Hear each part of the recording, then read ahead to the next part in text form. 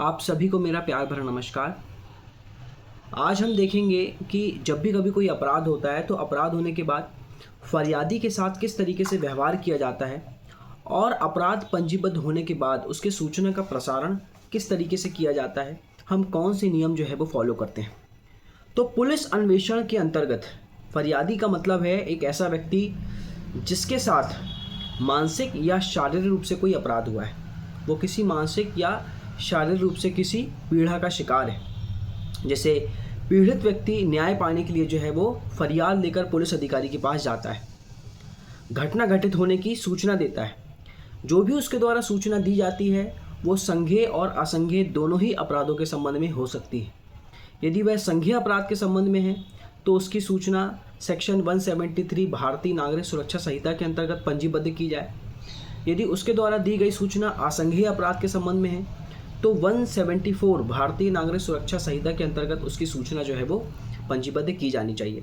फरियादी एक ऐसा व्यक्ति होता है जिसके साथ किसी प्रकार का कोई अपराध हुआ है, जो पीड़ित है, वो अपनी सहायता के लिए जो है वो पुलिस अधिकारी के पास जाता है। तो जब फरियादी पुलिस थाने में पहुंचता है तो फरियादी के साथ किस तरीके का व्यवहार करना चाहिए। सर्वप्रथम फरियादी की शिकायत ढंग से, गंभीरतापूर्वक और निष्पक्षता से जो है वो सुनना चाहिए। फरियादी की भावनाओं को समझकर मानवीय दृष्टिकोण रखकर पूर्व संवेदना के साथ रिपोर्ट जो है वो लिखना चाहिए। जो भी फरियादी बताए, जिस भाषा में बताए, उस भाषा में उसकी पूरी शिकायत को जो है वो पुलिस अधिकारी को जो है वो नोट करना चाहिए। फरियादी के साथ किया गया व्यवहार ऐसा हो कि वह अपने आप को सुरक्षित महसूस करे। जब भी कभी किसी व्यक्ति के साथ अपराध होता है तो अपराध होने के बाद वो घबराया हुआ रहता है, डरा हुआ रहता है, तो वो पुलिस थाने में पहुंचता है अपनी सुरक्षा के लिए। तो जब भी वो कभी शिकायत करने जाए पुलिस थाने, तो थाने में उसको इस तरीके का माहौल दिया जाए जिससे कि वो क्या करे, सुरक्षित महसूस करे। उसको ऐसा न महसूस हो कि उसने खुद ही कोई अपराध किया है। फरियादी के साथ घृणा नहीं करनी चाहिए, उसके साथ पूर्ण सहानुभूतिपूर्वक जो है वो व्यवहार करना चाहिए।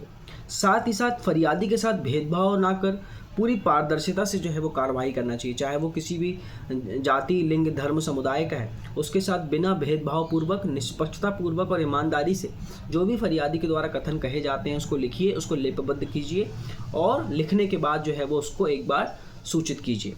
फरियादी के साथ व्यवहार करते वक्त सेवा की सामान्य शर्तों को जो है वो ध्यान रखना चाहिए। एक पुलिस अधिकारी होने के नाते आपका क्या कर्तव्य बनता है उस पीड़ित व्यक्ति के प्रति, इस चीज़ की मतलब ये आपको पता होना चाहिए एज अ पुलिस ऑफिसर। अपराध पंजीबद्ध होने पर सूचनाओं का प्रसारण किस तरीके से किया जाता है। जब भी कभी कोई अपराध होता है, चाहे वो शरीर के संबंध में हो या संपत्ति के संबंध में, तो उसका प्रसारण किस तरीके से किया जाता है। तो अपराध के संबंध में प्रथम सूचना पत्र लिखने के पश्चात तुरंत फरियादी को पढ़कर सुनाया जाएगा एवं उसकी एक प्रति जो है वो निःशुल्क जो है वो फरियादी को दी जाएगी। साथ ही साथ घटित अपराध की जानकारी अन्वेषण में सहयोग हेतु, मतलब जब भी कभी कोई ऑफेंस होता है तो ऑफेंस होने के बाद उसका इन्वेस्टिगेशन होता है। इन्वेस्टिगेशन होने के बाद उसकी सूचना किस तरीके से दी जाती है, क्राइम ब्रांच को दी जाती है, MOB को दी जाती है, FSL टीम है ना, उसके बाद श्वास दल, अंगुली चिन्ह विशेषज्ञ, फोटोग्राफर, अलग अलग लोगों को जो है वो उसके इन्वेस्टिगेशन के लिए उस अपराध के संबंध में सूचना दी जानी चाहिए। प्रथम सूचना पत्र की प्रति न्यायिक मजिस्ट्रेट को, और यदि कोई आकस्मिक मृत्यु हुई है तो फिर उस कंडीशन में कार्यपालक मजिस्ट्रेट या फिर जिला दंडाधिकारी को जो है वो उसकी सूचना दी जानी चाहिए। प्रथम सूचना रिपोर्ट की जो प्रति है वो रोजनामचे के माध्यम से वरिष्ठ अधिकारी को जो है वो दी जानी चाहिए। साथ ही साथ घटित अपराध के संबंध में जानकारी जिले एवं सरहदी जिले के पुलिस अधीक्षक एवं थाना प्रभारी एवं पुलिस नियंत्रण कक्ष में उसकी सूचना दी जानी चाहिए। साथ ही साथ यदि कोई ऐसा अपराध हुआ है जैसे किसी वाहन की चोरी हुई है तो वाहन की चोरी के संबंध में आसपास के जो थाने हैं वहाँ पे ईमेल के माध्यम से जो है वो उसकी सूचना दी जानी चाहिए। साथ ही साथ यदि कोई अपहरण का अपराध हुआ है या कोई गुमशुदा है या अज्ञात शव मिलता है तो फिर इस प्रकरण में जिला अपराध रिकॉर्ड शाखा के माध्यम से प्रोफार्मा में फोटो सहित इश्तिहार एवं गजट में प्रकाशन एवं दूरदर्शन पर जो है वो उसका प्रकाशन किया जाना चाहिए, जिससे कि उस व्यक्ति की जो है वो सूचना मिल पाए। यदि अपहृत व्यक्ति या गुम इंसान या ज्ञात शव या संदेही तथा फरार आरोपी की जानकारी रेलवे स्टेशन, बस स्टेशन, सार्वजनिक स्थान आदि पर पंपलेट के माध्यम से चस्पा की जानी चाहिए ताकि उस व्यक्ति का जो है वो जल्द से जल्द पता लगाया जा सके।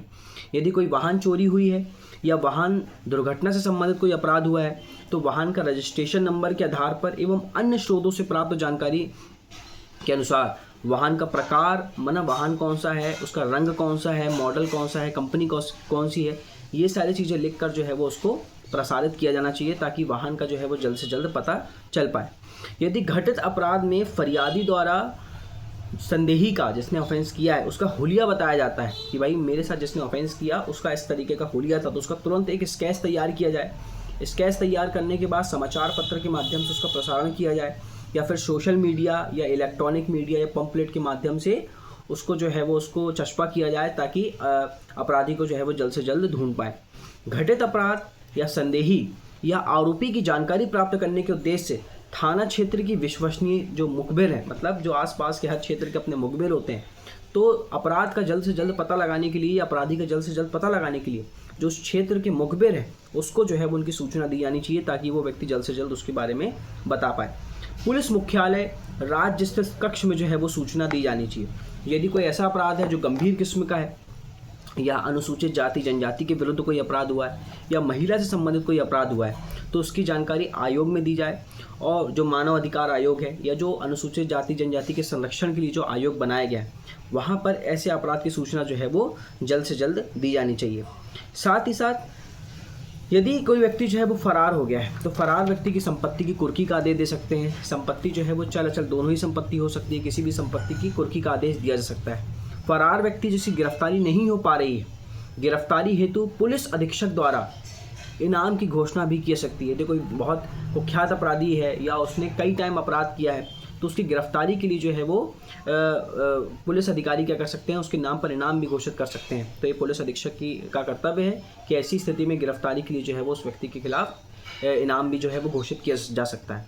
तो जब भी कभी कोई अपराध होने के बाद फरियादी जब थाने में पहुंचता है तो उसके साथ किस तरीके से व्यवहार करना चाहिए, और अपराध होने के बाद उसकी सूचनाओं का प्रसारण किस तरीके से करना चाहिए, उस चीज़ों को आज हमने समझा है। यदि आपको मेरा वीडियो अच्छा लगा हो तो लाइक करें, कमेंट करें। यदि कोई कमी नज़र आती है तो मुझे कमेंट बॉक्स में बताइए। धन्यवाद।